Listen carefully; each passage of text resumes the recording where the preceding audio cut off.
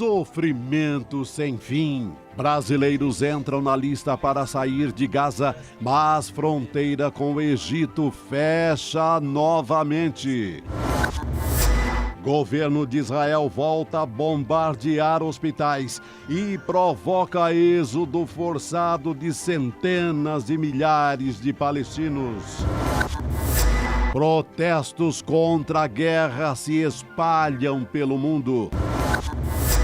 Netanyahu acusa a mídia internacional de cumplicidade com o Hamas no ataque de 7 de outubro. Barraco na extrema-direita. As acusações do ex-ajudante de ordens Mauro Cid contra Michele e Eduardo Bolsonaro. O ICL Notícias, segunda edição, está no ar.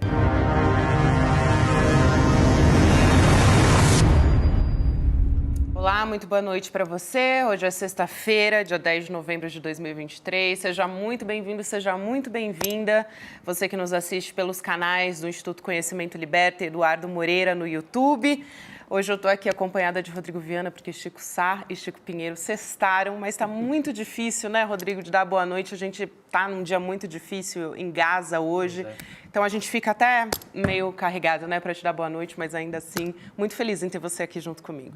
A alegria minha de estar aqui e é o nosso trabalho. O trabalho jornalístico é esse, lidar com os fatos, sejam eles quais forem. Então, um prazer estar aqui tentando, né, essa tarefa quase impossível de substituir o Chico Pinheiro, o querido Chico Pinheiro, que está aqui todas as noites, mas é um prazer estar a seu lado e nós vamos falar já sobre a guerra. Não sei se você antes prefere trazer os destaques dessa sexta-feira, Gabi. Com certeza. Olha, hoje a gente tem, na verdade, muita coisa acontecendo hoje. O principal é um bombardeio no maior hospital da faixa de Gaza, que é o Al-Shifa, e também tanques que foram cercando 4 hospitais ali na faixa de Gaza. E nesse momento, daqui a pouco a gente vai trazer imagens que realmente são muito chocantes. Lá a gente já tem a noite, né, um dia que já terminou, então a noite vai entrando, madrugada dentro, na verdade, na faixa de Gaza. Mesmo assim, dá para visualizar uma fumaça muito escura, muito espessa no céu. E a gente fica realmente chocado com essas imagens. Um hospital com pessoas em UTI, crianças, enfim, vítimas de bombardeios que agora a gente não sabe qual é a magnitude, qual é a quantidade de pessoas, de vítimas que a gente vai ter a partir do dia de hoje. Tem também aqui no Brasil, Embaixada de Israel divulgando uma nova nota polêmica que a gente vai falar aqui ao longo do programa, tratar sobre isso, sobre essa última saia justa, né, relacionada ao ex-presidente Jair Bolsonaro, que tentou embarcar nessa onda para tirar uma vantagem política de tudo isso.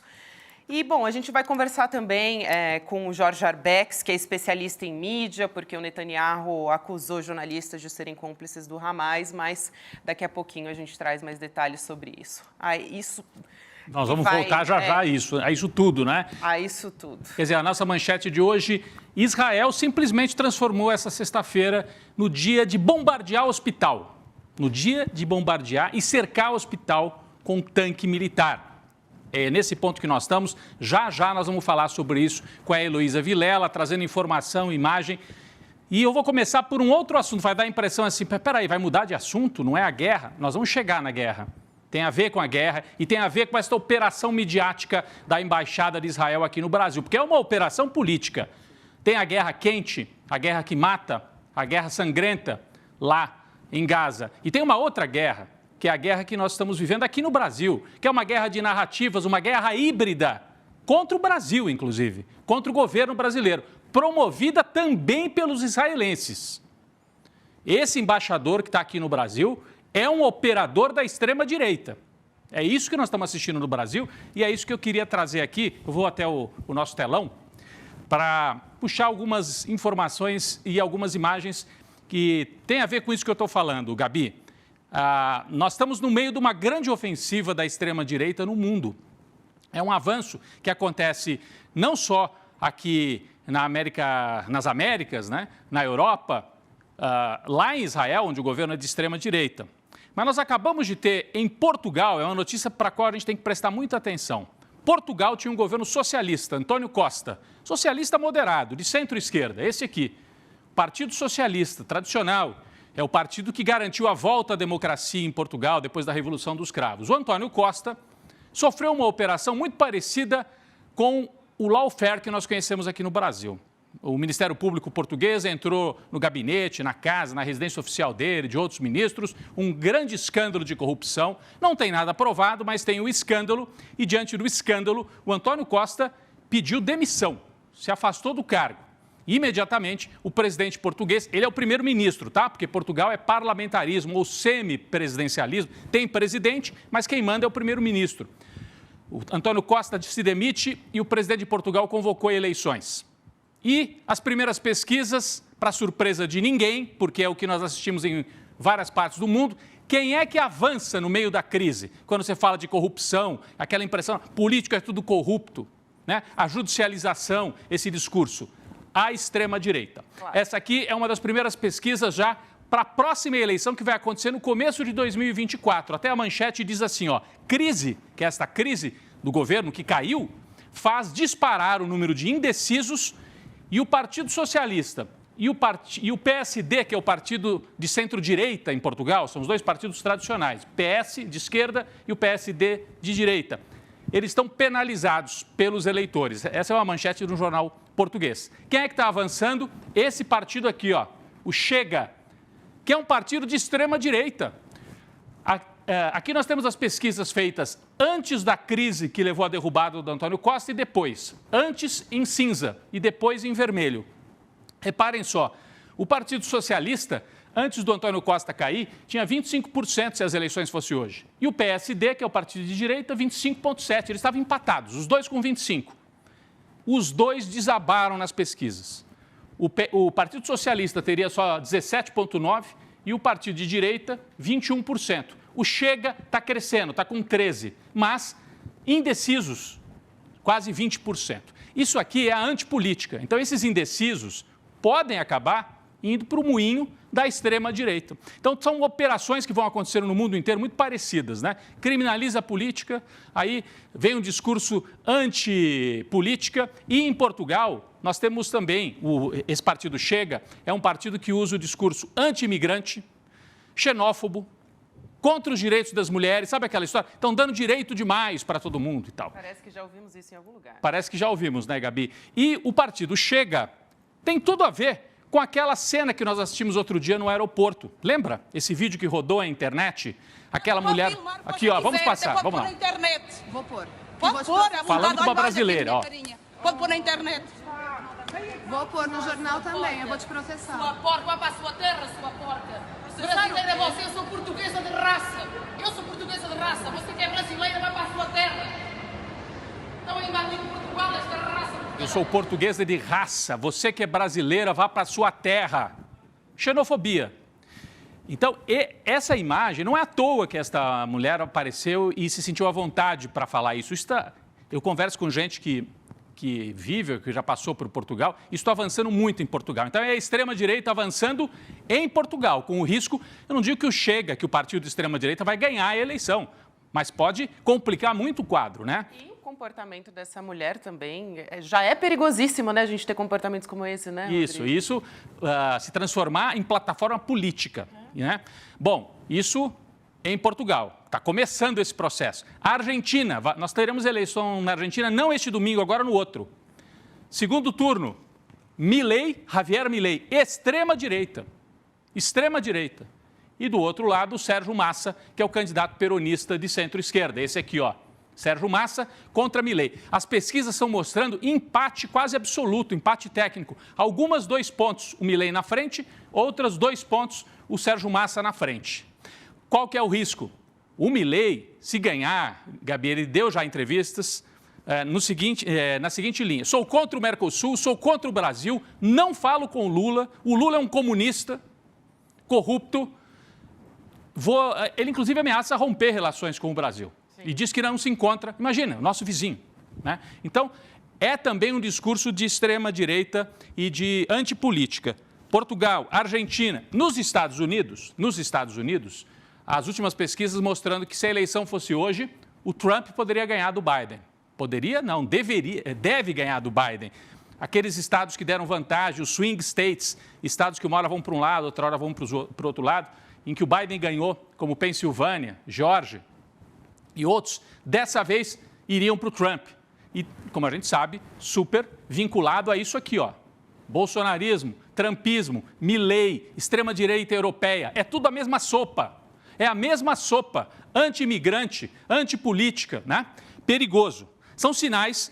Sabe o que me impressionou muito nessa pesquisa, até desculpa te interromper, Não, que é isso? Que saiu a respeito dos Estados Unidos, mostrando que Biden e Trump agora, né, antes o Biden era visto como conciliador e Trump como um temperamento que preocupava a população. E agora eles estão quase ali no mesmo nível de mau comportamento. Então isso é muito preocupante. É preocupante. Agora, também vamos acompanhar, porque pode ser que o Massa ganhe na Argentina, né, derrotando o Milley, pode ser que os democratas ou o Biden se recupere. E as pesquisas mostram que se for um outro candidato que não seja o Biden, tem chance de ganhar sim do Trump. E também o alerta que veio das eleições agora de meio de mandato, onde em vários estados, lá nos Estados Unidos, os democratas foram bem. Então, não está escrito nas estrelas que vai ganhar a extrema-direita em todo lugar. Tem um ano para se recuperar, né? É claro, mas é uma onda que está por aí e que preocupa bastante a gente. São sinais de que essa onda de extrema-direita, ela é internacional e ela está articulada. A gente estava até agora há pouco com a imagem aqui, Bolsonaro e Trump, trocando camisas e tal. E eles trocam figurinhas, os bolsonaristas vão para a Argentina, a gente viu no primeiro turno, foram para lá dar apoio para o Milley. Então, é uma articulação internacional. E tudo isso, gente, tem a ver com uma crise profunda. Nós estamos assistindo, a extrema-direita cresce. No século passado, nós já assistimos isso, no momento de crise do capitalismo. Nós tivemos uma crise de 29, uma crise prolongada do capitalismo no século XX, terminou em 2 guerras mundiais, né? A crise de 29 é depois da primeira, mas daí vem a Segunda Guerra Mundial, o nazismo, enfim, tudo que a gente já conhece. Nós estamos numa crise prolongada do capitalismo desde 2008, não saiu desta crise. E o capitalismo no Atlântico, ou seja, a hegemonia da Inglaterra primeiro e depois dos Estados Unidos, que dura 300 anos, se a gente olhar para a história, nos últimos 300 anos, hegemonia do capitalismo inglês e depois norte-americano.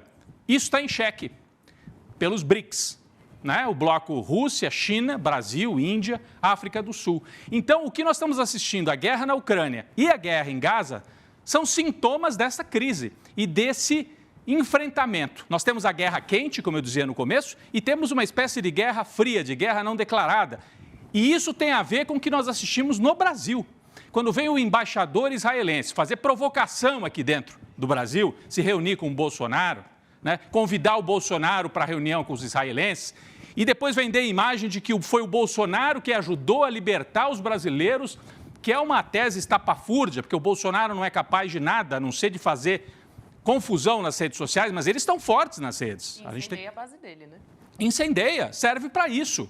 Então, nós vamos depois voltar a esse assunto mais para frente no programa, mas eu queria só nesse abre aqui trazer esse contexto geral. Então, a presença desse israelense, esse senhor aqui, ó, é um agente de desestabilização no Brasil. Ele está aqui para desestabilizar o governo brasileiro. E não é só o Brasil, atingiu os BRICS.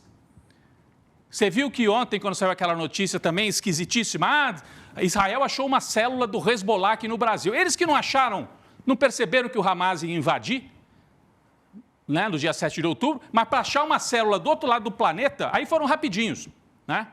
A hora que saiu essa notícia, saiu uma outra junto, é o Irã.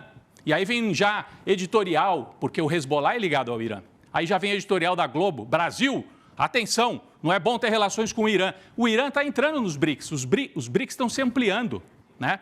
E o Brasil, de todos os países dos BRICS, é aquele que é mais frágil, porque não tem armas atômicas, não tem força militar e tem uma elite completamente aderida ao pensamento dos Estados Unidos, né? A turma de Miami, é a turma do Deltan, Dallagnol, do Moro, do Bolsonaro, né? Então, a elite brasileira é facilmente capturável por um discurso pró-Estados Unidos, pró-Israel, e é por isso que os israelenses vêm aqui e dão uma mãozinha. Vamos enfraquecer o Lula usando o Bolsonaro, que é uma forma de enfraquecer os BRICS, né? É uma parte da grande guerra que se joga no mundo, no tabuleiro mundial. BRICS de um lado e de outro lado, Estados Unidos e Europa em decadência, mas com muita força militar e muita força política ainda. Só queria trazer isso aqui na abertura e a gente depois vai, aos poucos, destrinchando, né? Voltando a esses temas ao longo do programa, Gabi. Mas muito importante, né, a gente trazer esse olhar para entender o que está por trás também esse resultado final que é essa guerra que a gente está presenciando e hoje, num dia tão difícil, a gente, inclusive, vai falar mais um dia, né, Rodrigo, dos brasileiros que continuam na faixa de Gaza, aguardando, mas eles finalmente entraram nessa lista do que dessas pessoas que vão poder sair de lá via Egito, só que a data de saída a gente ainda não sabe, continua incerta. E a semana inteira a gente está falando sobre isso, inclusive, né? Vai sair, não vai? Num dia o senador Jacques Wagner deu a informação de que provavelmente seria no dia seguinte, depois a fronteira acabou sendo fechada, enfim, tem muita coisa ainda para ser desenrolada. Mas, Gabi, isso é parte da chantagem do Estado de Israel. Então, segura, os brasileiros não saem. O Itamaraty faz de conta que não está percebendo, mas está. É uma chantagem. Usaram os brasileiros para chantagear o governo Lula, para dizer, a gente não gostou do que vocês fizeram no Conselho de Segurança e nós vamos travar aqui. E a cara de pau, né, Gabi? Nós vamos falar disso daqui a pouco. Hoje, a Embaixada de Israel soltou uma nota dizendo que não, que os brasileiros estão na lista, mas não foram liberados porque o Hamas não deixou. Mas que história é essa? O Hamas não controla essa passagem aqui. Se o Hamas controla essa passagem, como é que os cidadãos dos Estados Unidos, por exemplo, foram liberados para passar? Aí o Hamas deixou? Não faz o menor sentido. A embaixada israelense está achando que é todo mundo otário. Não é. Vai fazer política em Tel Aviv, não aqui no Brasil, né? Eles estão agindo como uma parte do PL, do partido bolsonarista. Não dá. E mais uma vez afrontando o governo brasileiro, Claro. né? Mas falando nisso, hoje o ministro das Relações Exteriores, o Mauro Vieira, numa entrevista coletiva sobre os resgates do brasileiro, daqui a pouco eu vou falar sobre a resposta muito boa que a gente teve do chanceler, mas antes eu quero trazer um vídeo sobre o que ele falou a respeito do resgate desses brasileiros, né? Que é o que a gente quer saber. Quando eles vão sair de lá? Vamos assistir. Em Gaza não me permite dizer se será hoje ou amanhã ou quando, é uma região conflagrada e são inúmeras as questões que dificultam a abertura, mas o governo brasileiro tem mantido, eu pessoalmente, os encontros com as autoridades constituídas dos países envolvidos, contatos de mais alto nível, sempre examinando a possibilidade da libertação dos brasileiros no menor prazo possível, junto com os nacionais de outros países que estão na lista. A nossa lista não é das maiores, nós temos 34 em Gaza e há países que têm números muito maiores. A passagem é complexa porque a passagem de Rafah fica aberta durante algumas horas por dia e há um entendimento entre as partes que, em primeiro lugar, passam ambulâncias com feridos. E só depois disso passam, então, os nacionais de outros países. E foi o que aconteceu hoje, ontem e até a quarta-feira, em que não houve passagem do lado da faixa de Gaza para o Egito, por justamente impossibilidade de terminarem de passar ou de passarem as... É isso, né? Ainda que o governo brasileiro esteja prestando essa assistência aos brasileiros, é uma assistência que é muito limitada. Vamos chamar a Elo Vilela para falar sobre isso e sobre outros assuntos também. Elo, boa noite para você. Difícil dar boa noite, né? Mas vamos falar mais um dia começando a falar sobre os brasileiros que a gente espera tanto que consigam voltar finalmente para o Brasil. Boa noite, pessoal. Pois eu vou falar logo dessa fala do Mauro Vieira, porque você veja a falta de critério. Primeiro tem que passar as ambulâncias, só que as ambulâncias não conseguem chegar lá. As estradas estão interditadas, tem bombardeio no meio do caminho. Se as ambulâncias não chegam, por que as pessoas não saem? Me explica. Se eles estão vendo que as ambulâncias não estão lá, por que eles não vão liberando as pessoas? Não tem menor lógica em nada disso, a não ser chantagem, a não ser manter as pessoas ali mais tempo. E a situação, olha esse hospital, as pessoas estavam tentando sair desse hospital, porque Israel está mandando sair. Aí na hora que começaram a sair, com bandeira branca, né, avisando que estavam ali saindo em paz, querendo fugir do lugar, começou um tiroteio. E teve todo mundo que voltar correndo para dentro do pátio. Essa é a situação que os palestinos que ainda estão na faixa de Gaza, especialmente no norte de Gaza, estão enfrentando. Então, os brasileiros agora estão vendo chegar uma quantidade enorme de pessoas que estão fugindo ainda do norte, vindo para o sul. Mas seria legal a gente comentar aqui um recado muito forte. Olha só, olha pessoal, a correria, todo Elô, mundo que você estava correndo, contando. gente. Eles tentam sair Olha que e depois loucura. correm de volta para dentro. Mulheres, crianças, senhoras já de idade, que a gente percebe ali também. Olha isso, gente. Porque a gente não está ouvindo, mas tem tiro, a gente ouve o som dos tiros. Então eles começam a sofrer. Olha só. Vamos ver. Aí acho que é antes dos tiros. Logo depois vão vir os tiros. Estão saindo, né, na esperança de tomar um rumo para longe da onde teria o maior risco, né? Que, de maneira absurda, o risco maior são os hospitais. Você está num hospital. Agora, os tiros. Ainda não eram os tiros, hein? Ah, tá. Bom, enfim, a gente sabe que tem os tiros, ouviu, mas é isso. É uma cena emblemática. É uma cena emblemática desse dia. Agora é importante, Rodrigo, a gente mostrar e comentar aqui a resposta que o embaixador Mauro Vieira hoje deu numa entrevista, onde ele mandou um recado muito claro para Israel. Né, Gabi? Muito claro, ele deu uma entrevista para a Globo News, né, Elô? Ele disse que não fala com o embaixador de Israel no Brasil, fala só com o chefe dele. O embaixador, só lembrando, né, é o Daniel Zonshine, ou Zonshine, né, o que vocês preferirem, que causou diversos mal-estares, hoje divulgou uma nota também, mas ele causou um mal-estar ao encontrar com o Bolsonaro na Câmara para dar palpite sobre a ação da PF, nessa história das pessoas que se disseram, né, a princípio ligadas ao Hezbollah. Enfim, vamos ver o que disse a gente não tem ainda. É isso? Não temos. A gente, na verdade... Mas foi isso que ele falou, sim, Gabi. Tá, foi isso. Ele falou exatamente isso, né? O repórter...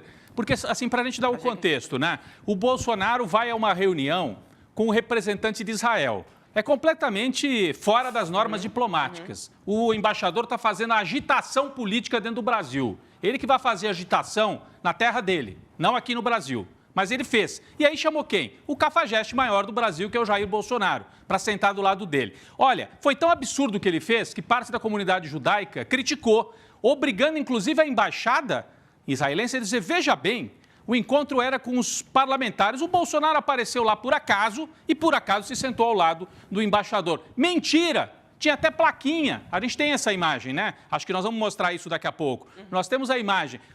Olha aí, ó. Tinha plaquinha preparada. Jair Bolsonaro, ex-presidente do Brasil. Então, o cerimonial da embaixada israelense estava preparadíssimo para sentar ao lado do chefe dos golpistas do Brasil, do chefe da extrema-direita no Brasil. Foi isso que eles fizeram. Uma operação de extrema-direita, de agitação no meio da guerra, para constranger o governo brasileiro e para gerar, né, Elô? Isso que eu queria também ouvir você. Talvez você ainda queira falar sobre isso. Você está em Brasília, então está acompanhando isso até mais de perto, a repercussão junto ao governo brasileiro, né? Gerou um tremendo mal-estar, né, em vários setores. Um tremendo mal-estar. Aí eles disseram, não, foi por acaso. Não foi por acaso, né? Não foi por acaso. E o bolsonarismo está usando isso para dizer, olha... O Bolsonaro é que conseguiu, conversando com o embaixador, liberar os brasileiros agora lá na faixa de Gaza. E eles estão bombando isso nas redes. Não estão dominando as redes, mas estão tentando fazer uma operação casada com Israel, Elô.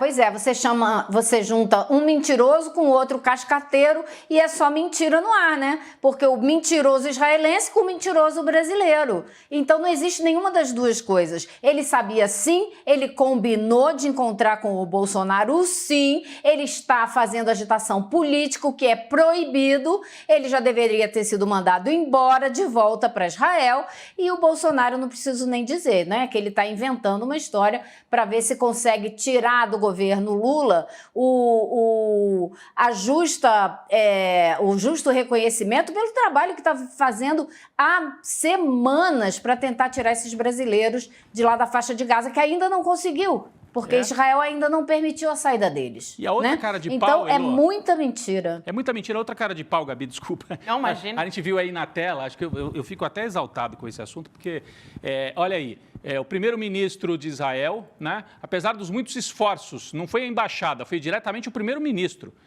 a conta do primeiro-ministro. Eu falei aqui que tinha sido a embaixada. É, então eu também falei, exatamente. Apesar de muitos esforços de Israel e Brasil, o Hamas impediu hoje a abertura da passagem de Rafah e impediu que os cidadãos brasileiros saíssem da faixa de Gaza. O que você acha dessa afirmação, Heloísa Vilela? É a grande mentira. Porque o Hamas não controla a saída, não controla a fronteira, nunca controlou. Quem controla a fronteira é Israel e é o Egito. E eles dois é que tem que decidir quem passa, quem não passa. Quem olha a lista de pessoas e aprova cada nome um por um são as autoridades israelenses. O governo brasileiro já deixou isso muitíssimo claro. Então é a mentira das mentiras. A gente está lidando com uma gangue de mentirosos, né? Deixa eu só corrigir a nossa correção, porque, na verdade, é sim da Embaixada de Israel no Brasil. Só que a gente, não sei se na hora da arte a gente colocou, porque a gente deu se o primeiro-ministro deu um RT, eu duvido que tenha sido isso. Eu acredito que a gente tenha só colocado ali, a gente colocou, né, como se fosse do Netanyahu, né, do governo de Netanyahu, mas, na verdade, eu acabei de abrir aqui no Twitter de Israel no Brasil, que é a Embaixada de Israel em Brasília. E sim, a nota que a gente mostrou agora diz exatamente isso. Apesar de muitos esforços de Israel e do Brasil, o Hamas impediu hoje a abertura da passagem de Rafah e impediu que os cidadãos brasileiros saíssem da faixa de Gaza. Eu queria ressaltar uma coisa aqui com vocês, que é o seguinte: como que o tom da nossa diplomacia está começando a ficar um pouquinho mais claro e mais duro, né? Porque ontem ou anteontem, na reunião lá do Fórum da Paz em Paris, o nosso embaixador Celso Amorim, assessor especial do presidente da República, falou em genocídio, com todas as letras. Hoje, Mauro Vieira deu uma entrevista dando um tapa com luva de pelica na cara desse mentiroso israelense, né? Dizendo que ele não conversa com ele não, porque ele conversa com o chefe dele. Ou como quem diz, cala sua boca, você não tem nada que ficar falando aqui dentro do nosso país. Então, eu acho que existe aí sim uma mudança no tom da conversa, porque essa situação, essa relação está se azedando, obviamente se azedando. Tá aí o Celso Amorim dizendo que é genocídio que a gente está vendo. E quem é que tem dúvida que é genocídio quando a gente está vendo o dia de hoje os hospitais, 4 hospitais cercados com tanques e atiradores de elite que mataram um paciente dentro de um hospital. Estão bombardeando. Às 5 da tarde começaram a aparecer as imagens. Olha aí, tá essa declaração do Celso Amorim, né? A morte de milhares de crianças é chocante. A palavra genocídio, inevitavelmente, vem à mente. Bom, não vem à mente de quem não está vendo o que está acontecendo, porque a gente já sabe que é um genocídio há semanas, né? Ô Elô, só antes da gente ir para mais detalhes sobre esse dia de ataques aos hospitais, hoje de manhã, o Eduardo Moreira, no Israel Notícias Primeira Edição, fazia uma reflexão sobre isso, essa operação de propaganda do Bolsonaro em parceria com a Embaixada Israelense, né? Que a gente repudia, mas que dá algum resultado para o bolsonarismo. Isso é um fato, a gente também não pode brigar com os fatos. Para a gente é ridículo. O bolsonarismo está espalhando assim, graças ao Bolsonaro, os brasileiros vão ser soltos. Para a gente é ridículo. Agora, o Eduardo Moreira fez essa leitura. Nas redes bolsonaristas funciona. Para eles está funcionando na bolha deles, que é uma bolha grande. Acabou de sair uma pesquisa Quest, tentando quantificar o quanto que o Bolsonaro conseguiu recuperar terreno fazendo esse discurso mentiroso e fazendo essa operação casada com Israel. Porque Israel usou o Bolsonaro e Bolsonaro usou Israel para entrar e diminuir a diferença em relação ao Lula nesse debate. Está aí na tela, Elô, Gabi, todos e todas que nos acompanham. Eu sei que muita gente só ouve, então é bom olhar para a tela agora. Olha a diferença, né? Até o dia 20, aliás, até o dia... Aqui é pelas... 19, né? Na verdade, dia 18. É isso que você vai descer? Não, aqui, ó. Quando começa a descer, né? Aqui, ó. Dia 9/11. Dia 9/11, o Lula e o resgate dos brasileiros. Em vermelho são menções positivas ao Lula e em azul positivas ao Bolsonaro. Então, aqui desse lado é o dia 9 e aqui desse lado é o dia 10. Olha como muda. Olha como o bolsonarismo consegue recuperar parte do terreno. Também não é que ele recuperou tudo, mas para ele teve efeito. Ele sai de 16%, depois 27% de dimensões positivas, vai avançando e tem 36 dimensões positivas. O Lula ainda tem muito mais. O Lula tem 64% de dimensões positivas. É um levantamento da Quest, né?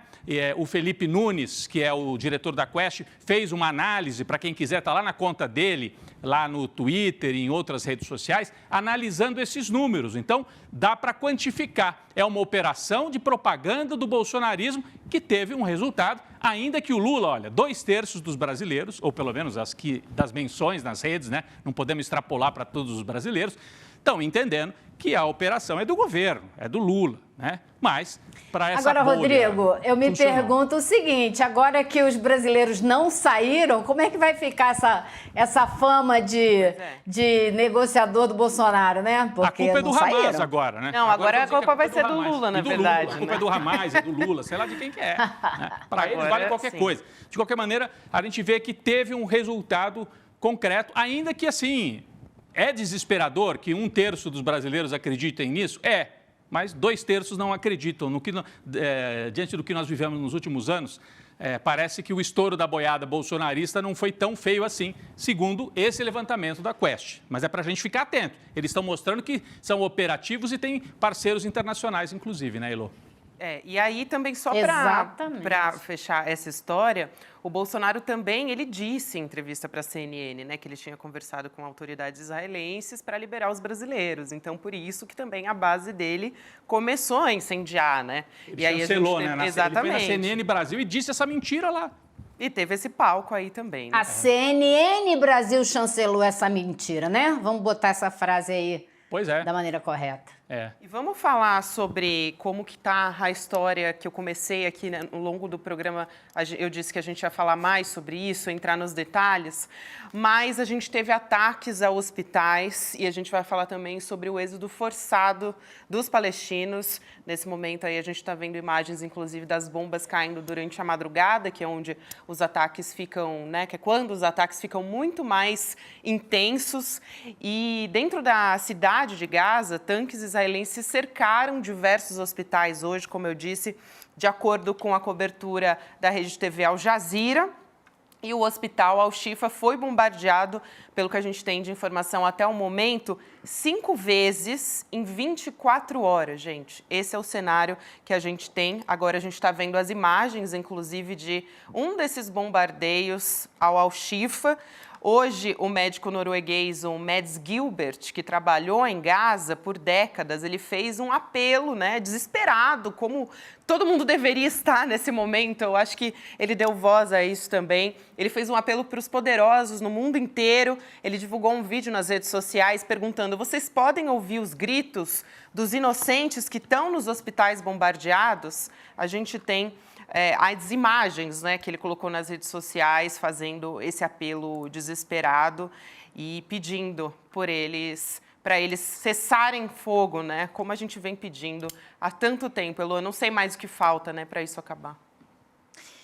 Eu acho que não é só desesperado, a voz dele é de uma revolta absoluta. Ele começa dizendo Joe Biden, Joe Biden, Joe Biden, Blinken, Blinken, Blinken, que é o secretário de Estado americano, e pergunta no fim da história, falando, como você disse, vocês estão ouvindo, porque a gente ouve uns gritos no fundo, vocês estão ouvindo os gritos dos inocentes? E aí ele fala, quando é que vocês vão parar com isso?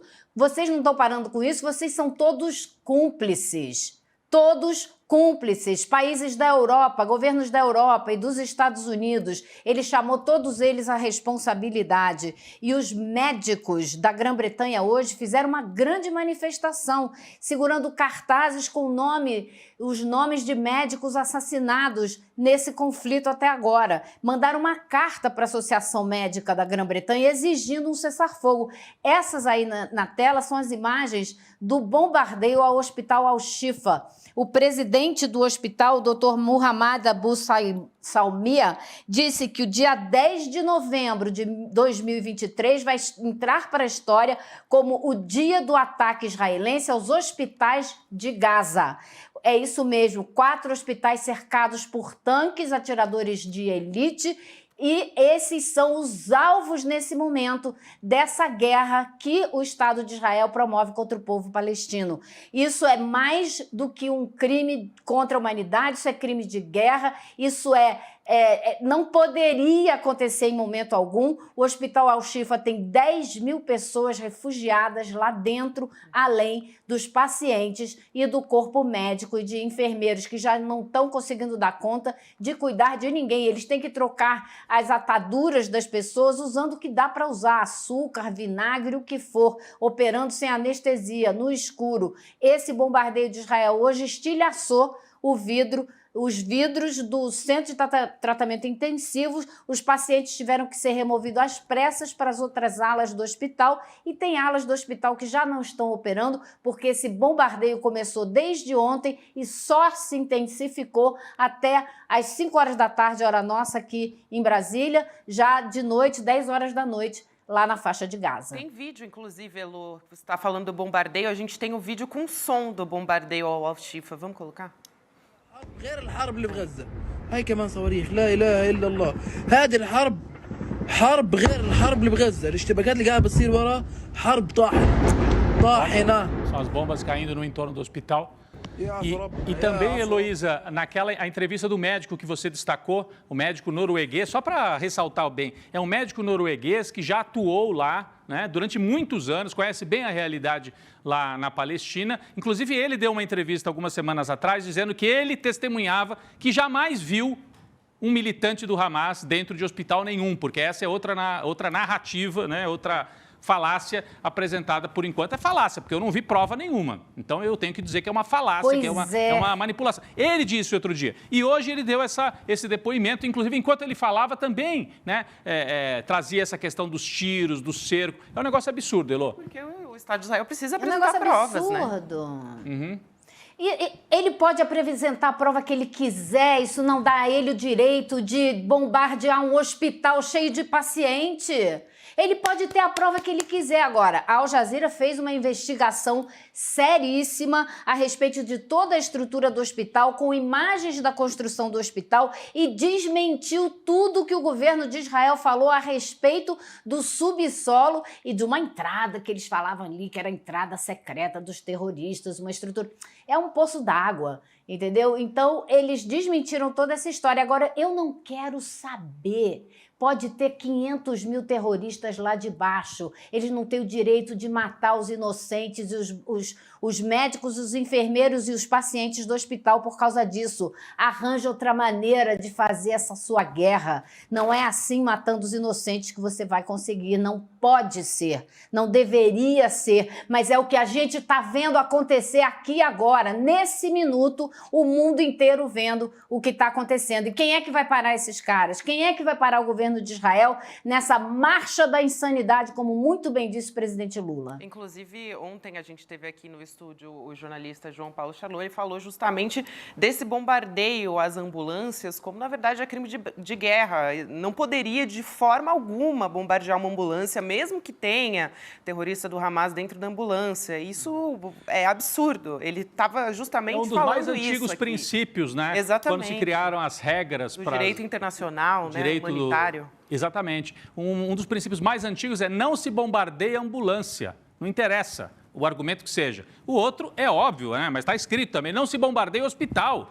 Então, Israel faz como alvos 2,5 milhões de palestinos, faz como alvos funcionários da ONU, dezenas já foram assassinados pelo governo israelense. Aliás, a ONU foi transformada em inimiga por Israel, que pediu a cabeça do secretário-geral da ONU. Transforma em alvo pessoal médico, enfermeiro, profissionais dos hospitais e jornalistas. Nós vamos falar daqui a pouco sobre isso também. Acusando jornalistas. Agora é fácil, é tudo terrorista, é tudo agente infiltrado. Então bombardeia todo mundo. Na prática é o que eles estão fazendo, né? Então, eu não entendo como é que ainda podem se ofender quando as pessoas falam em genocídio. Eu vejo alguns na comunidade judaica se ofendendo. Não, genocídio foi o que aconteceu lá atrás, na Segunda Guerra Mundial. Agora só morreram 10 mil, né? É pouca coisa. Inclusive, a gente tem imagens do bombardeio. Mais de 11 mil hoje. 11 agora. E agora a gente, Mais de inclusive, 11 vai mil. ter mais, né? Porque já bombardearam os hospitais, então a gente ainda não sabe qual que vai ser a consequência humanitária disso, né? O custo de vida dessas pessoas. A gente tem imagens do bombardeio do acampamento em Al-Shifa, o momento que a bomba cai, a gente vai colocar aqui também.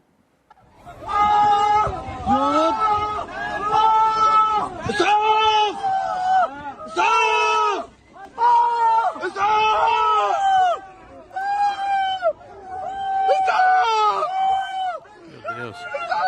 É o acampamento ao lado do hospital, né? Isso. É porque eles ficam no estacionamento do É no hospital, né? pátio do No pátio, hospital. no estacionamento, no Exatamente, estacionamento. no pátio. Então, o pátio Fala, Elô. O pátio foi bombardeado, exatamente. Não, é isso, o pátio foi bombardeado e mais de uma vez. Então, eles ficam ali em torno do... E muita gente está sendo atendida no pátio, Rodrigo. Não tem claro. lugar mais para atender ninguém dentro do hospital. Então, não é só refugiado, é paciente também. Ou seja, isso não é um absurdo, isso é crime. É. Isso é crime, isso é crime, isso é crime. Não tem outra palavra. É. Né? E quando bombardearam... Agora, quem não... Fala, Elô, desculpa. Diga. Não, diga. Eu ia dizer que quando bombardearam aquele primeiro hospital, em que morreram 500 pessoas, depois Israel passou uma semana tentando provar que era um foguete do Hamas. Os foguetes do Hamas que caíam do lado israelense provocavam algum estrago, mas jamais nessas proporções. Naquele primeiro caso, eu vi também gente defendendo Israel, dizendo não era o hospital, era só o estacionamento que eles bombardearam. Acontece que o estacionamento é onde as pessoas vão procurar abrigo justamente porque presumem que um hospital não vai ser atacado. Então, quem perdeu a casa vai com a família inteira, monta um acampamento e fica ali esperando para ver o que vai acontecer. E aí bombardeiam o acampamento em torno do hospital. Naquele momento era um outro hospital e agora o Al-Shifa, não é esse é o nome desse hospital que foi mais atacado. No dia de hoje, 4 hospitais, mas o Al-Shifa é o que foi mais atacado pelas informações. É um hospital que a muito gente tem. importante no centro de Gaza, referência ao Médicos Sem Fronteiras, É o maior inclusive. hospital. Isso. Disse que as equipes do Médicos Sem Fronteiras pararam de trabalhar nos hospitais apoiados na cidade de Gaza porque foram atacados ou correm o risco de ser atacados a qualquer momento. E as pessoas estão com medo de ir aos hospitais. Foi o que disse o coordenador médico do Médicos Sem Fronteiras, Dr. Mohamed Abu. Ele escreveu nas redes sociais, né, do Médicos Sem Fronteiras. Bom, vamos falar também a respeito do êxodo forçado, né, dos palestinos, porque o êxodo justamente rumo ao sul, que é ali a passagem de Rafah para o Egito, continua. Al Jazeera estimou hoje que 800 mil palestinos foram deslocados para o sul, porque Israel demandou e bombardeou e continua bombardeando enquanto eles se deslocam. Um repórter da Al Jazeera disse que as pessoas estão a céu aberto e que ele chamou esse jornalista de grandes campos de concentração. A gente está vendo as imagens das pessoas, né, caminhando em busca de uma esperança mesmo, né, gente? Essa imagem, a gente tem uma mulher de 90 anos. De gente. Em uma dessas imagens, a gente tem uma mulher de 90 anos, uma idosa, olha só. Essa idosa tentando... Uma idosa fronteira. que viveu a expulsão dos palestinos de suas terras em 1948 para dar espaço à formação do Estado de Israel, hoje está passando isso tudo novamente.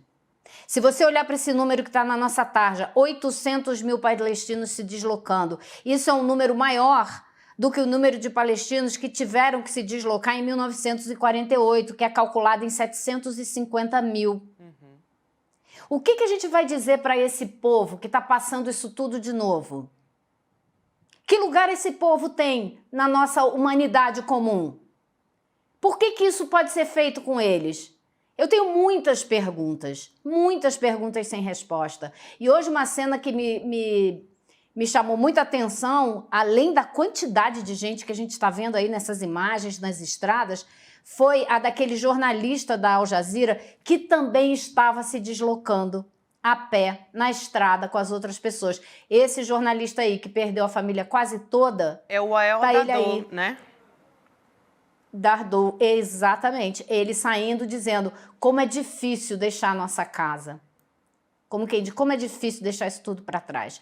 Mas vocês imaginem que ele, no dia que perdeu a família, no dia seguinte já estava no ar, transmitindo, contando o que estava acontecendo, continuou ali no hospital Al-Shifa, mostrando o que estava acontecendo. Se ele está a caminho do sul de Gaza, Se ele desistiu de ficar ali, o que isso significa? Então, acho que essa imagem é muito forte pelo simbolismo, pelo significado que ela tem. Ele é chefe do Al Jazeera em Gaza e ele tinha, Elô, inclusive, deixado a família num lugar que ele achava que era seguro, né? E foi bombardeado. Ele perdeu a mulher, 2 filhos, um neto no bombardeio no final de outubro. Naquelas imagens que a gente viu agora há pouco, ele carregando, né, uma criança no colo da família dele. Então, é isso que a Elô falou, né? Imagina, Rodrigo, a decisão dele sair depois de tanto tempo. E por que é isso, né? Ele estava lá justamente para mostrar a realidade do que estava acontecendo. Se esse jornalista decide sair, é porque realmente... Não, e a gente tem a informação de que vai se formando na parte sul de Gaza, porque essa turma está saindo do norte e indo para o sul. É tudo muito pequenininho, né? Mas é um deslocamento em massa, mais de 1 milhão de pessoas. Está se formando na região sul da faixa de Gaza, o que alguns já chamam de um enorme... Eu estava chamando de campo de refugiados, mas alguns já estão chamando de campo de concentração. O repórter, outro repórter da Al Jazeera, transmitindo diretamente da área sul da faixa de Gaza, estas pessoas que nós estamos vendo na estrada estão chegando lá, no sul. E aí se forma um enorme campo de concentração, pessoas sem casa, famélicas, perderam parte da família. É um campo de concentração promovido, já era, né? A faixa de Gaza já era uma espécie de campo de concentração. E agora a situação se tornou ainda mais precária e é um campo de extermínio, né, também. Eles já exterminaram Rodrigo, 11 mil pessoas exatamente. E vão caminhando para mais. Por que eles estão chamando de campo de concentração? Porque essa região também está sendo bombardeada.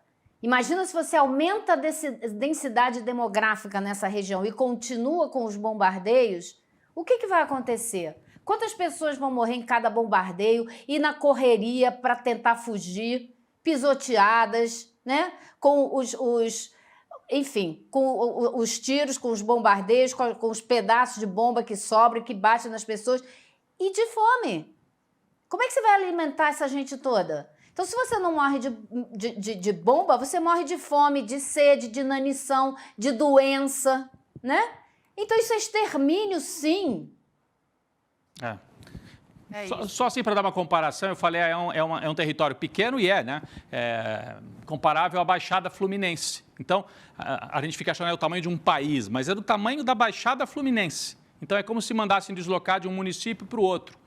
Só que ali vivem 2,5 milhões de palestinos, né, que estão sofrendo todo tipo de privação, né, Gabi? É isso. É isso. Elô, obrigada por hoje, mais um dia extremamente difícil, enfim, para os palestinos, insuportável, né, para todos nós que assistimos.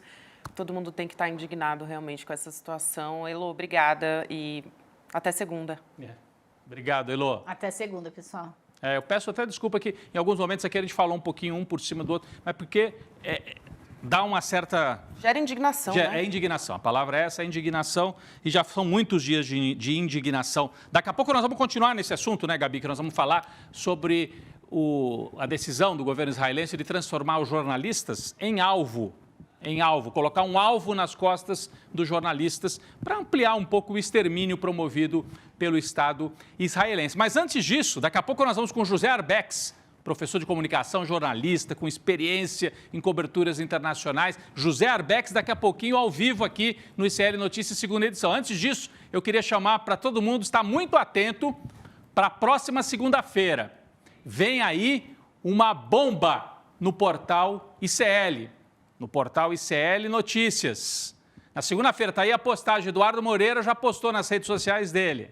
Olha, a gente não sabe o que para vocês terem uma ideia como está sendo tratado. O Eduardo até brincou aqui comigo e mandou aqui a mensagem, falou, nem na minha casa eu contei, até em casa eu não contei. As pessoas acham que a gente esconde, mas o Eduardo realmente não revela pra gente. Mas é assim que funciona, Exato. Né? É assim que funciona e é uma bomba, né, que não vai deixar muita gente dormir aí durante o final de semana. né, quem rouba o futuro do nosso país, principalmente. Então, é uma denúncia jornalística exclusiva no portal ICL na segunda-feira, Gabi. Vamos ficar atento que a segunda-feira vai começar com esta bomba trazida pela nossa equipe de apuração e certamente com a repercussão ao longo dos nossos programas aqui no canal Eduardo Moreira, no canal ICL Notícias. Isso, vai ter notícia importante, eu já estou bastante curiosa, né? Mas não adianta, a gente vai ter que esperar junto com vocês que estão nos acompanhando. Vamos chamar o José Arbex aqui, Rodrigo, jornalista, escritor, doutor em História.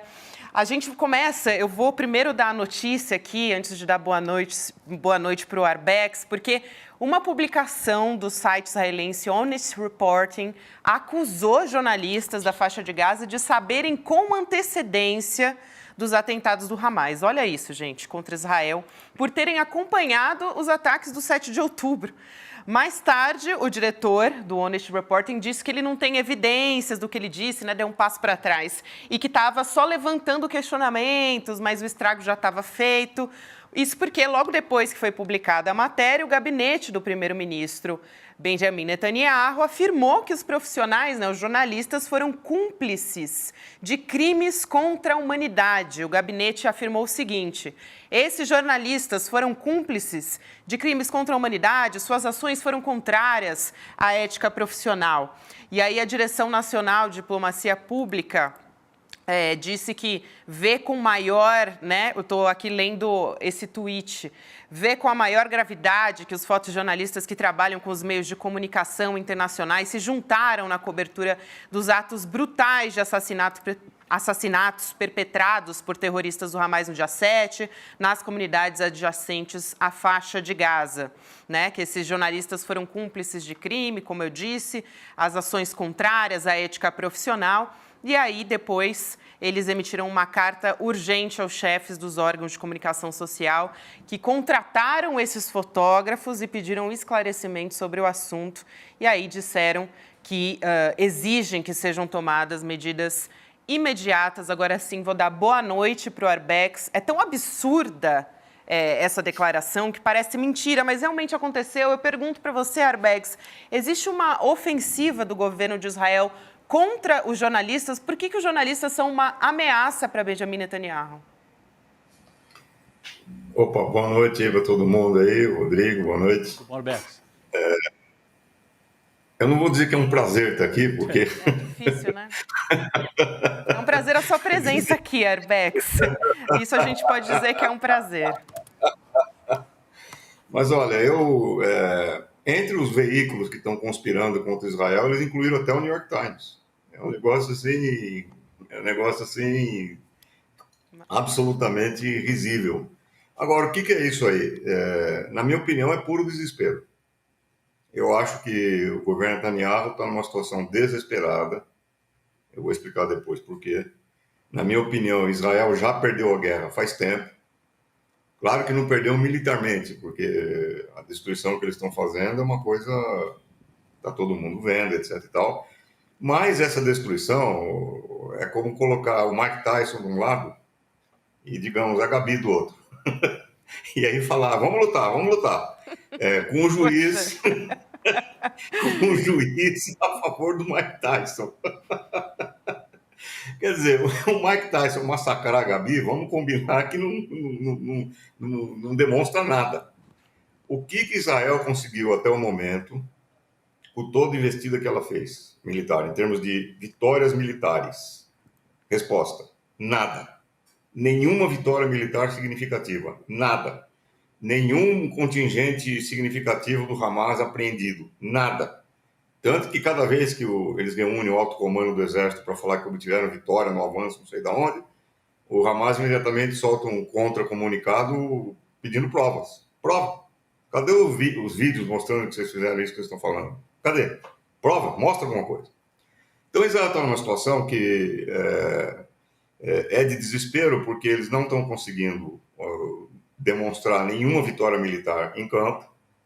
Essa guerra está exaurindo recursos de Israel, já custou até agora mais de 10 bilhões de dólares essa operação que eles estão fazendo. E aí você poderia dizer, mas dinheiro para eles não é problema, porque eles têm ajuda irrestrita dos Estados Unidos. Calma lá. porque dentro dos Estados Unidos a opinião pública está fortemente contra aquilo que o Biden está fazendo.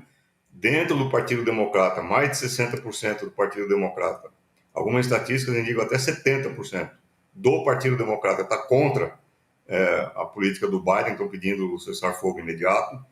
As organizações judaicas dos Estados Unidos, mais da metade, são a favor do cessar-fogo imediato. Nós vimos a ocupação da Estátua da Liberdade outro dia, vimos a ocupação do Capitólio em Washington outro dia por organizações judaicas.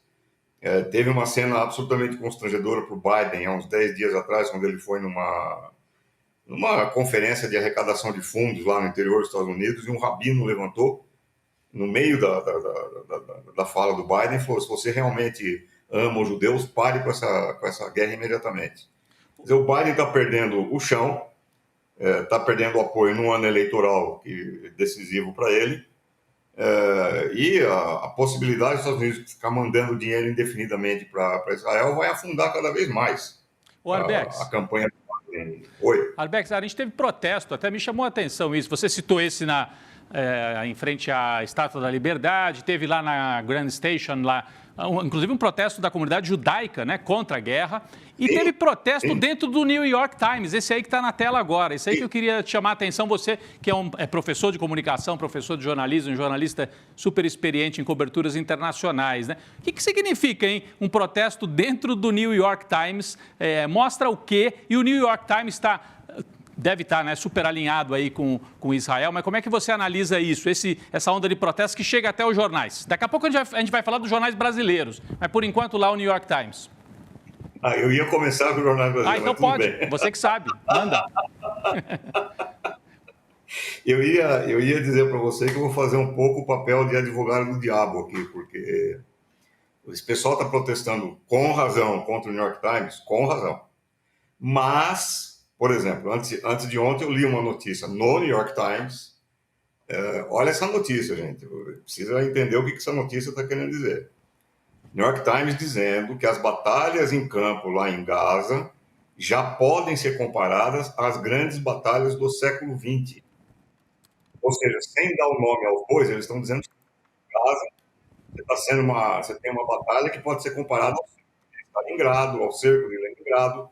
Quer dizer, se o New York Times está dizendo isso, você imagina o inferno que o exército de Israel deve estar enfrentando ali, porque esses caras do exército de Israel estão acostumados a matar criança, matar velha, matar doente.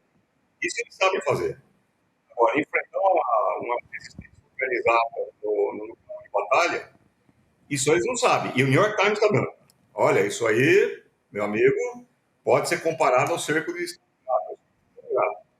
Então, o New York Times, se você lê com atenção o New York Times, apesar do viés que ele tem completamente pró-Israel, você ainda consegue obter informações importantes.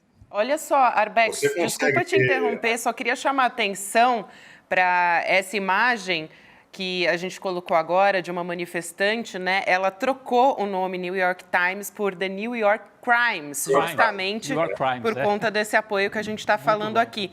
A gente vai pedir também para você se aproximar, por favor, Arbex, um pouquinho mais do seu notebook, não precisa ser tão perto, mas só para ficar mais próximo ao microfone e a gente poder te ouvir um pouquinho melhor. Tá. Obrigada.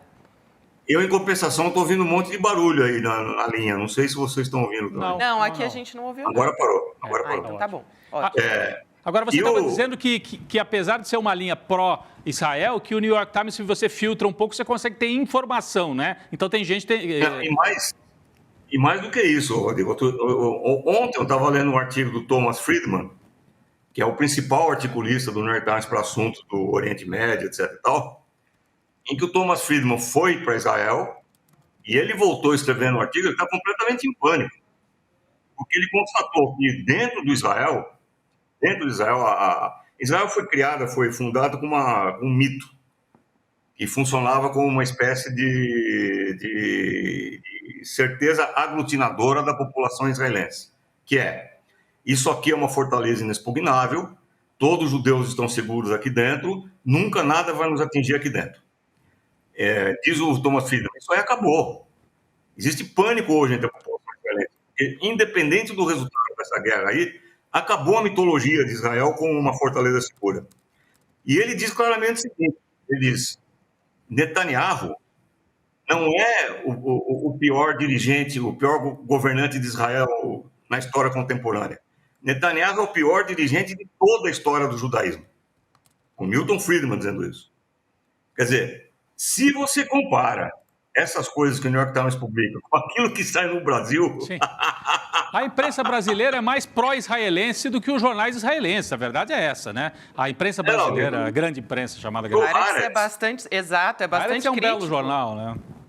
Você nunca vai ver na imprensa brasileira artigos que saem no Haaretz, quer dizer, então não dá, a imprensa, não existe imprensa no Brasil. Existe um lixo. É um lixo propagandístico, panfletário, que não tem o menor compromisso com a ética jornalística, não tem o menor compromisso com a informação, é um lixo que produz propaganda. Não tem como. Então, esse protesto que fizeram na CNN, lá na Paulista, eu estava lá junto, eu participei também desse protesto aí.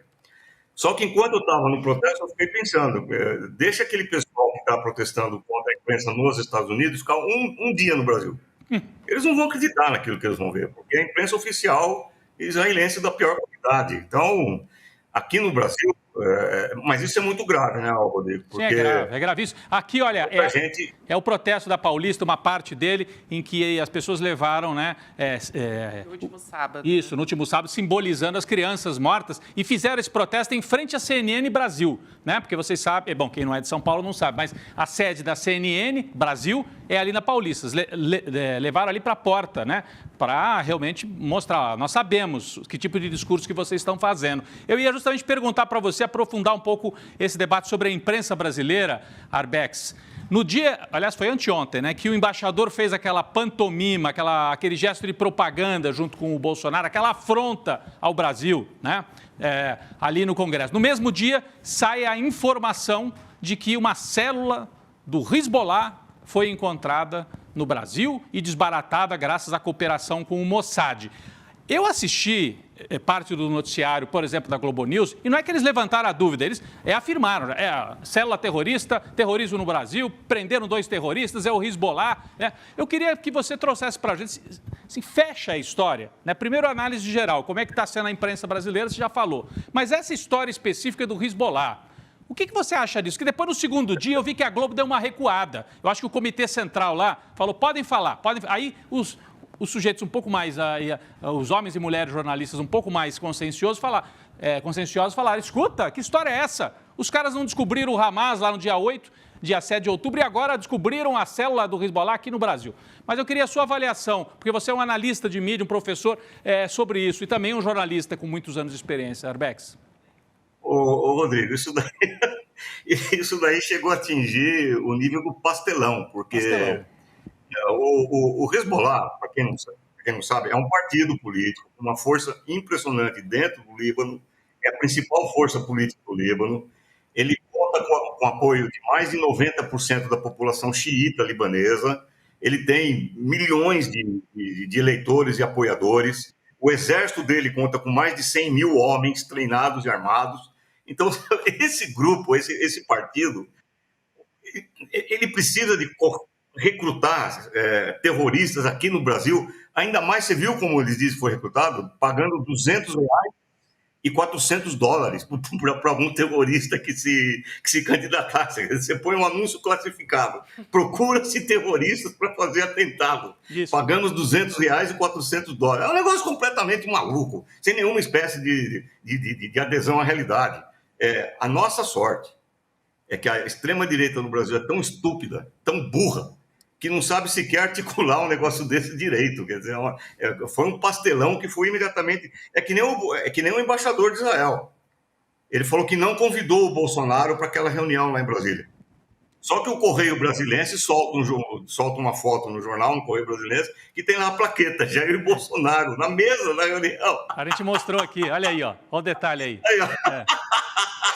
Mente direito, né, gente? Mente assim direito. Não dá, assim não dá. O Mossad não é mais o mesmo também, viu? O Mossad já não é mais o mesmo. Tem alguma coisa errada. Eu não sei se algum dia foi, viu? Eu acho que é muito mais mitologia do que qualquer outra coisa. É isso que o Thomas Friedman está falando. Toda a mitologia criada em torno da eficácia do Serviço de Segurança de Israel, da impenetrabilidade do território israelense, da força do exército israelense, caiu tudo por água abaixo. O que é o exército israelense hoje? Um exército covarde, racista, especialista em matar crianças e mulheres, idosos e doentes, e que não consegue obter uma vitória militar depois de um mês de operação, gastando 10 bilhões de dólares. Isso é o exército de Israel. É um lixo, um bando de covarde que só tira em mulher e criança, um bando de vagabundo. É isso que é o exército de Israel. Então, a mitologia caiu. E isso daí aumenta o sentimento de total insegurança dentro de Israel. E agora os caras não sabem o que fazer, porque além de matar civis, o que eles pretendem com essa história? Aí dizem, não, vamos ocupar lá, tirar todos os palestinos de Gaza, e aí a gente chama uma coalizão de governos árabes para organizar a vida na região. Sei, qual governo árabe?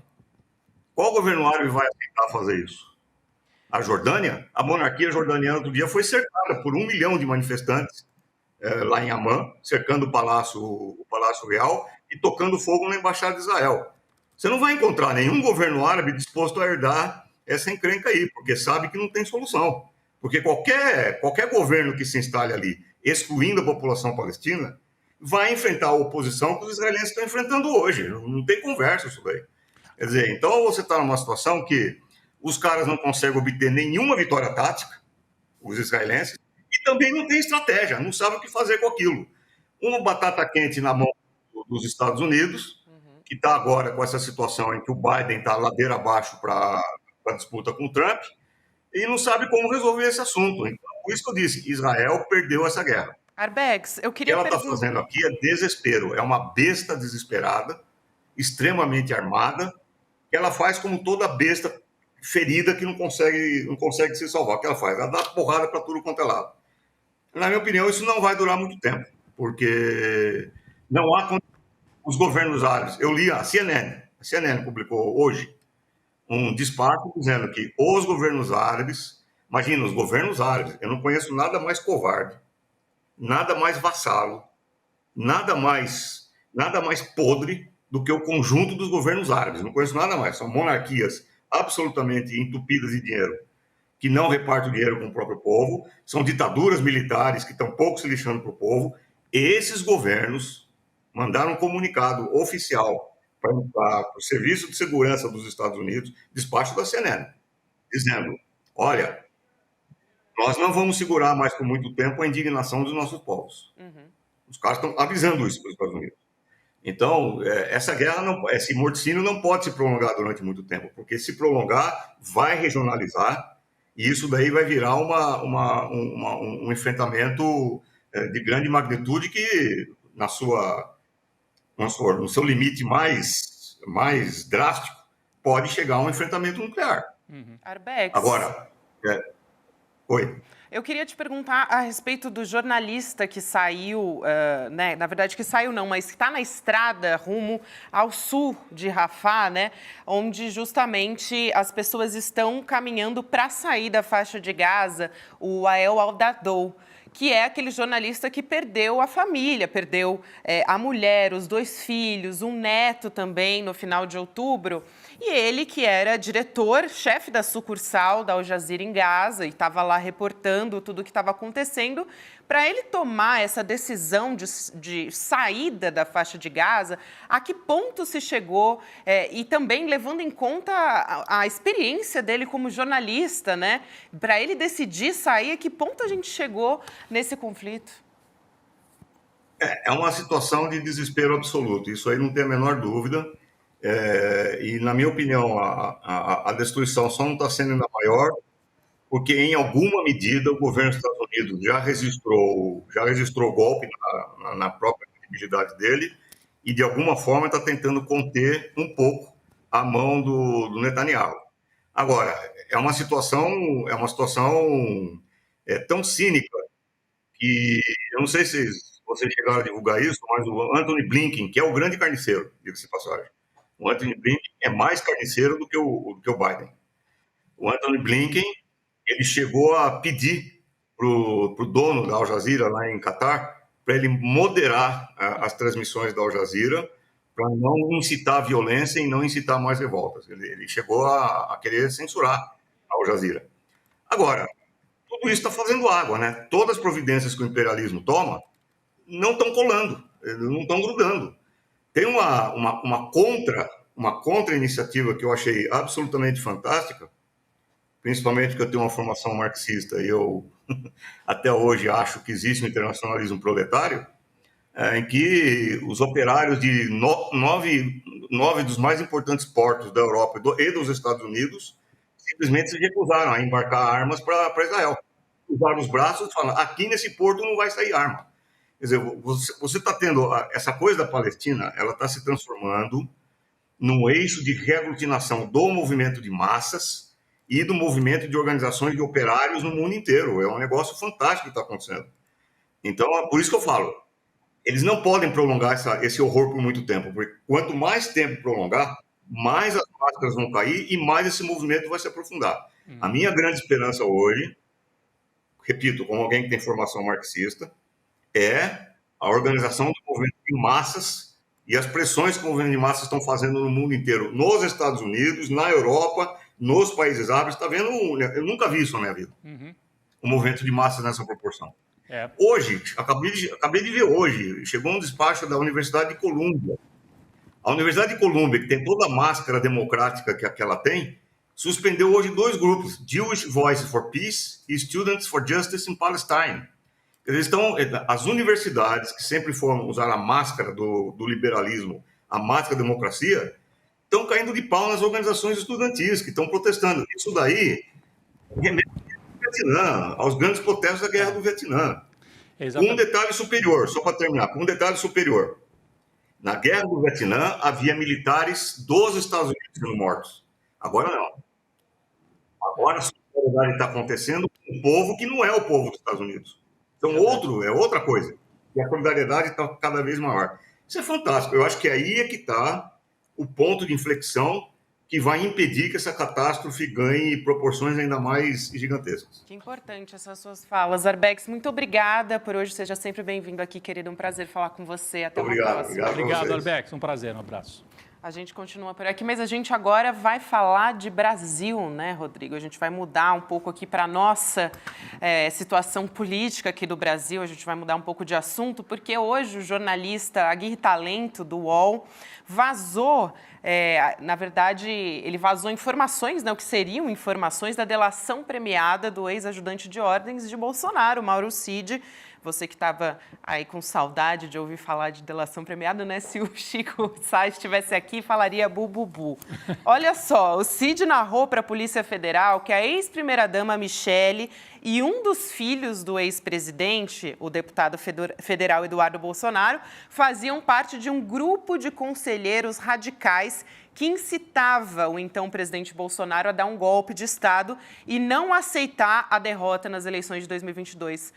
Vamos chamar o Guga Noblar aqui para a nossa roda de conversa, porque isso surpreende um total de 0 pessoas. Eu, pelo menos, não estou nem um pouco surpresa, né, Guga? Boa noite para você. Boa noite, Gabi. Boa noite, meu querido Rodrigo. É isso mesmo, né, gente?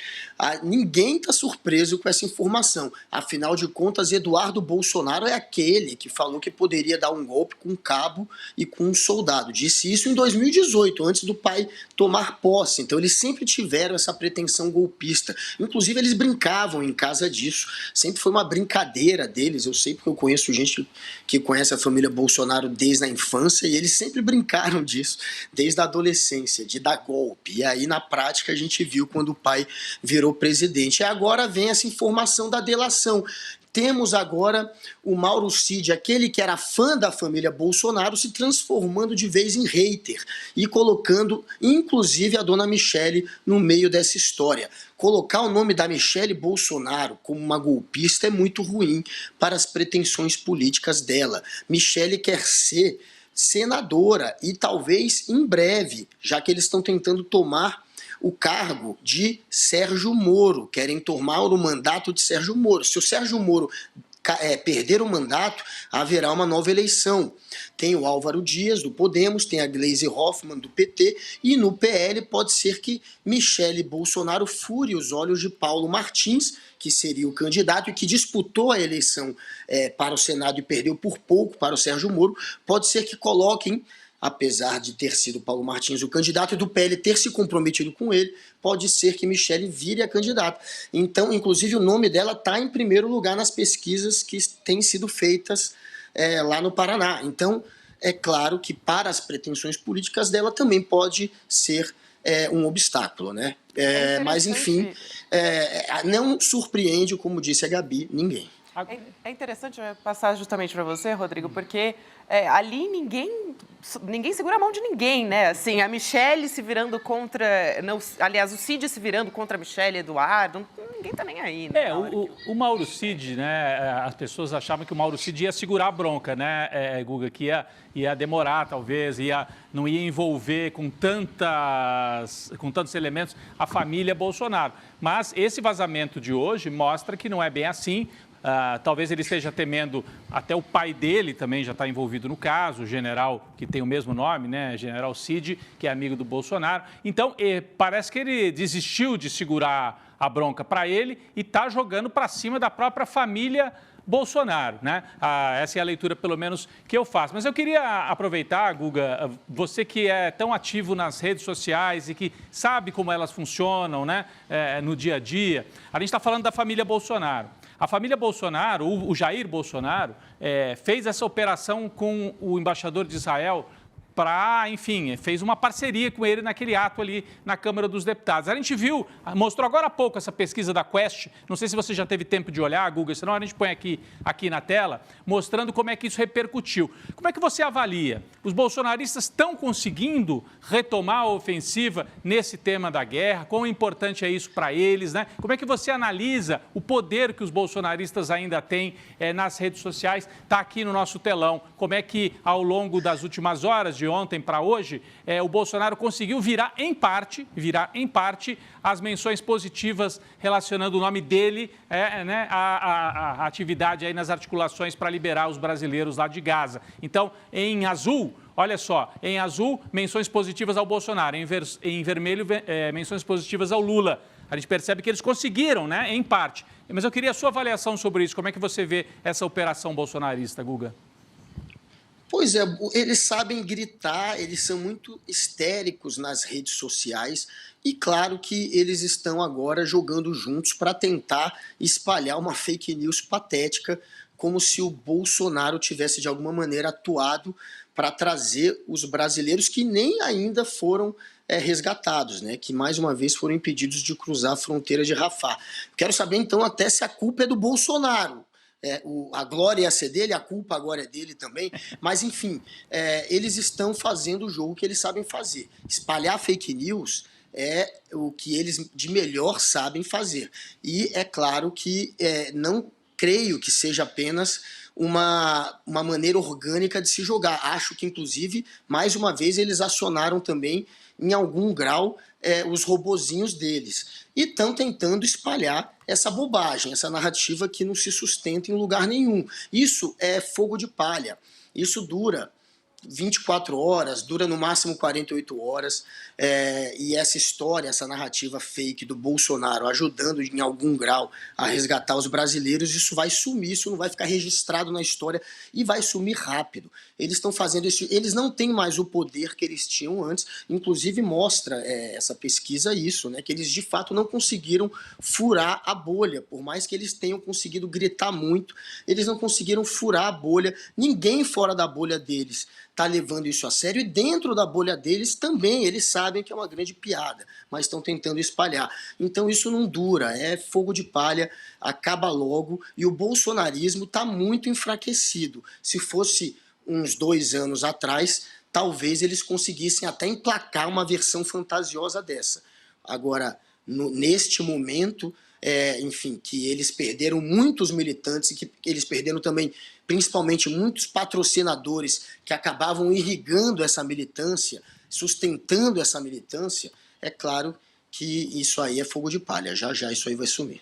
Só para completar, Gabi e Guga, né, o Felipe Nunes, que é o coordenador da Quest, fez uma postagem, ele mesmo fazendo a interpretação desses dados que a gente mostrou agora há pouco, e a conclusão que ele tira é a seguinte: os dados da pesquisa mostram que logo depois que Bolsonaro deu a declaração à CNN, a gente falou agora há pouco, porque ele foi à CNN e falou, eu ajudei, eu falei com o embaixador e tal. Então, a CNN chancelou de alguma maneira, ou pelo menos abriu espaço para que ele fizesse esse tipo de afirmação. Cresceram as manifestações em favor do ex-presidente, diz o Felipe Nunes. Mas nada que significasse uma virada total de cenário. Aí conclui o Felipe. De tudo que foi dito na internet sobre esse assunto, entre as 15 horas de ontem, 9 de novembro, e as 15 horas de hoje, 10 de novembro, 23% na média ficaram favoráveis à narrativa do Bolsonaro e 74% na média à narrativa do atual governo. Eu não chamaria de narrativa do atual governo, eu diria ficaram favoráveis à realidade, que é o fato de que o governo, Itamaraty, não é isso? Porque o Itamaraty trabalhou, é o Estado brasileiro, não é nem o governo, é o Estado, não é, Guga? É isso, ficou com os fatos. O fato é esse. Quem trabalhou foi o Itamaraty. O Bolsonaro foi para uma reunião com um embaixador que, pelo jeito, é mais um fantoche, que não tem, pelo jeito, essa moral toda, né? Um embaixador que agora está tendo que arrumar uma desculpa esfarrapada de que encontrou o Bolsonaro por acaso ali. Enfim, Bolsonaro e esse embaixador, pelo jeito, eles não têm força nenhuma. Bolsonaro, a gente sabe que não tem força nenhuma para se meter nessa história, e esse embaixador, pelo jeito, também tampouco. Então, quem conseguiu isso de fato foi o Itamaraty, foi o governo brasileiro também, e a pressão da mídia, a pressão também da opinião pública, eu acho que também ajudou. É isso, Guga. Agora, eu queria mudar de assunto aqui, voltar um pouco, não tanto, né, porque a gente está falando dos brasileiros em Gaza também, mas vamos falar sobre a guerra novamente, né? Tirar um pouco o olhar do Brasil, porque isso mexe, enfim, com as pessoas em todo o mundo, de diferentes maneiras. E, no meio de toda essa guerra de informações, genocídio, o Instituto Brasil-Israel lançou um guia contra o antissemitismo. Isso porque essa semana, né, foi o Dia Internacional contra o Fascismo e o Antissemitismo. Até Eduardo Moreira já falou sobre isso hoje de manhã. São 85 anos da Noite dos Cristais, também falamos a respeito no ICL Notícias, segunda edição. Em 9 de novembro aconteceu um pogrom, que é a perseguição de um grupo étnico, né, ou religioso, e nesse caso foi na Alemanha. Como é que você leu o guia já, Guga? Queria saber qual que foi a sua avaliação, por que é importante a gente discutir isso, né? A gente pode dar até uma olhada aqui em alguns trechos, você vai comentando aqui. Aí, a gente tem um trechinho que foi publicado nas redes sociais do IB, e aí o que é antissemitismo na sequência, a gente já traz uns trechos do guia. É antissemita promover mitos, estereótipos ou atitudes sobre o sionismo e ou Israel que derivem ou reforcem acusações e figuras de linguagem antissemitas. E só para fazer uma observação aqui, porque eu ainda não terminei de ler o guia, né, confesso, mas estou lendo, e não se defende o governo de Benjamin Netanyahu, tá? Não é isso que está sendo feito ali. Quero te ouvir, Guga, a respeito disso. Eu acho que antissemitismo, eu acho que quase todo mundo entende, né, o que significa. Eu acho que o interessante desse guia é mostrar o que seria também o antisionismo e como isso se aproxima do antissemitismo, porque de fato está tendo uma confusão. E muita gente está levando o sionismo para um lado de ser um discurso dos supremacistas, daqueles que querem colonizar, que querem invadir. E aí eles acabam, de alguma maneira, generalizando, colocando praticamente todo o judeu que mora em Israel como um sionista supremacista. Então, esse guia, ele tenta explicar para as pessoas que o sionismo, inclusive um movimento que tem na sua origem uma inspiração marxista, é um movimento que vem de uma geração que é progressista e que passou a ser dominado pela direita, principalmente a partir do final da década de 70, mas esse movimento, basicamente, é um movimento que prega a autodeterminação do povo judeu, que prega que o povo judeu deve ter um Estado. E a autodeterminação nacional é um direito de todos os povos, explica esse guia. A autodeterminação nacional de Israel se chama sionismo e tem várias vertentes. Tem o sionismo laico, inclusive é o princípio do sionismo. O sionismo queria separar o Estado da religião, por isso, inclusive, que muito judeu ultra-ortodoxo sempre foi contra o Estado de Israel. Tá falhando ainda, na verdade. Pra mim não. Não? Pra mim Então tá tudo normal, bem. tá. Acho que é o meu ponto, Não? que bom. Segue, Pode continuar. Inclusive, muito judeu ultra-ortodoxo sempre foi contra o Estado de Israel, exatamente porque queria separar, queria fazer um Estado laico, e também porque os ultra-ortodoxos consideram que quem deve determinar aquele Estado como um Estado judeu é o Messias. Você não pode, de alguma maneira, passar por cima do que o Messias faria. Eles estão esperando que o Messias faça isso. Mas, tirando os ultra-ortodoxos, a maioria absoluta dos judeus são sionistas. E tem sionistas que são de esquerda, tem sionistas que são de direita. Explica o Instituto Brasil-Israel. Então, quando você generaliza e coloca todos os sionistas como supremacistas, mesmo que a sua intenção seja apenas a de apontar para quem é supremacista, que é esse governo atual do Estado de Israel, você acaba apontando para todos os judeus, já que a maioria absoluta, dependendo da pesquisa, gente, tem pesquisa do Instituto Gallup que mostra que 95% dos judeus de Israel são sionistas. Tirando os ultra-ortodoxos, todos são sionistas. Então você não pode colocar na mesma balança todo um grupo que luta pela autodeterminação nacional de um povo. No momento que você faz isso, que você generaliza, você, na opinião do Instituto Brasil-Israel e na minha também, você está cometendo um ato de antissemitismo. Você está, sim, generalizando toda uma população, e você está, assim, colocando todos eles no mesmo saco que deveria estar uma parte deles, uma parte pequena, porque os extremos nunca é a maior parte da população. A maior parte da população de Israel não é como é o Benjamin Netanyahu e o governo dele, não é colonialista, não é supremacista. Então não dá para generalizar. Essa generalização seria antissemitismo. E eu acho que esse é o ponto mais importante para se destacar deste projeto que foi feito pelo Instituto Brasil-Israel, deste guia, a palavra que me sumiu foi o guia. Deste guia, o mais importante seria esse ponto, destacar como essa generalização do sionismo acaba provocando também, em algum grau, acaba sendo também um antissemitismo. Você acaba carregando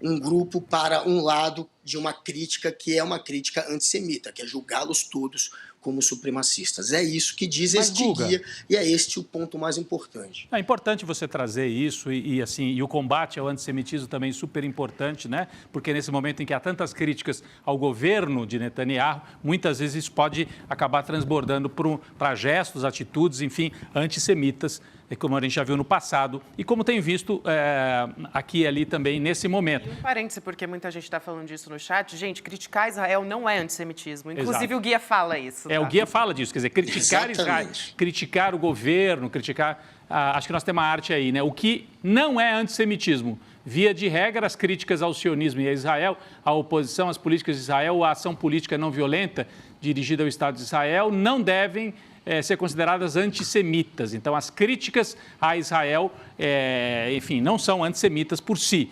Mesmo as críticas controversas, estridentes ou duras a Israel pelas suas políticas e ações, incluindo aquelas que levaram à criação de Israel, não são por si só ilegítimas ou antissemitas, diz também o mesmo guia que ao qual o Guga estava se referindo. Eu ia só fazer uma ponderação muito rápida, a gente está com o nosso tempo já se esgotando, eu não quero me alongar muito, Guga, mas eu já vi judeus, né? Bom, historicamente, tem alguns judeus que eram contra a criação do Estado de Israel, portanto, eram antisionistas. Há judeus antisionistas. Havia no passado. O caso que é mais lembrado é o do Freud, né?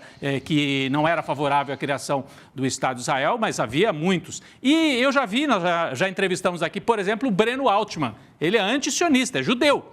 Então ele é antissemita por ser antisionista? Não, né? Não, o problema é você colocar todos os sionistas como supremacistas, sim, e você ser contra só a autodeterminação nacional de Israel, do povo judeu. Isso também, segundo o guia, é uma característica. Se você é só contra a formação do Estado de Israel e a autodeterminação nacional do Estado de Israel e justifica todas as outras, isso seria um traço. E o principal que eu acho que é colocado aqui é você generalizar e colocar todos os judeus como supremacistas, dos judeus sionistas, sendo que uma minoria dos judeus sionistas são supremacistas. É óbvio que esse governo do Netanyahu é um governo colonialista que está procurando uma justificativa para invadir, para tomar terra. Isso aí não é debatido no guia, e isso aí é óbvio. O que o guia debate é generalizar de tal maneira que você coloca todo sionista no mesmo saco do supremacista. E isso está levando ao aumento do antissemitismo, e é óbvio que levaria.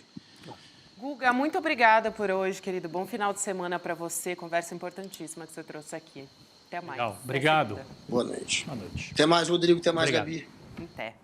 Bom, eu vou falar aqui rapidinho, antes da gente encerrar, um convite muito especial de todos nós aqui do ICL para você, porque vem aí o primeiro filme original do ICL, você está vendo aí na sua tela, De Quanta Terra Precisa o Homem, o nosso primeiro documentário, e a gente vai organizar um debate ao vivo, aberto para você, justamente para comemorar a estreia desse novo documentário que mostra a verdade sobre o MST, justamente o que as elites fazem questão de esconder, né, porque tem interesses nisso. E esse encontro vai contar com a participação do João Pedro Stedley, diretor nacional do MST, também a Laura Sabino, que é youtuber e que é militante do MST, e o Edu Moreira vai mediar essa conversa, que vai ser no dia 12 de novembro, às 8 horas da noite. Dia 12 de novembro, sim, no domingo, gente. Então, fica atento, garante o seu lugar no icl.com.br/N2. E agora sim a gente vai embora, né? A gente vai se despedir. E muito obrigada, Rodrigo. Obrigado, Gabi. Passou muito rápido, né? Passou rápido. Apesar de termos falado de assuntos tão difíceis da guerra, nesse dia em que Israel bombardeou hospitais, fez um cerco aos hospitais. E lembrando também, segunda-feira, bomba. Bomba não é um bom termo para a gente usar no dia de hoje, então não é bomba. Na segunda-feira, uma matéria exclusiva, uma reportagem exclusiva no site ICL Notícias.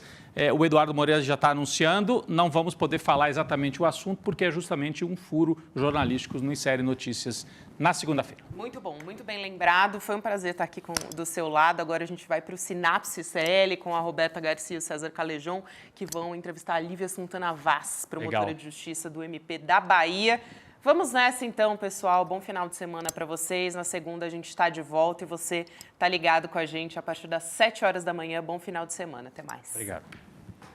Fala, turma, faltam só 2 dias para o nosso encontro de lançamento do primeiro documentário original ICL, De Quanta Terra Precisa o Homem. O documentário que vai revelar a verdade que é escondida pelos donos do poder sobre o maior movimento social do mundo, o MST. Para você participar do encontro, é só clicar no link aqui em cima ou aqui embaixo. E aí, rapidinho e gratuitamente, você vai poder se inscrever e assistir os trechos inéditos do filme que a gente vai passar e participar do debate junto com João Pedro Stedley e outros grandes nomes sobre essa questão do campo no Brasil. Se inscreve agora, ou o link aqui ou aqui, depende de onde você está assistindo. É rapidinho e você não pode perder essa. Um abraço e até lá.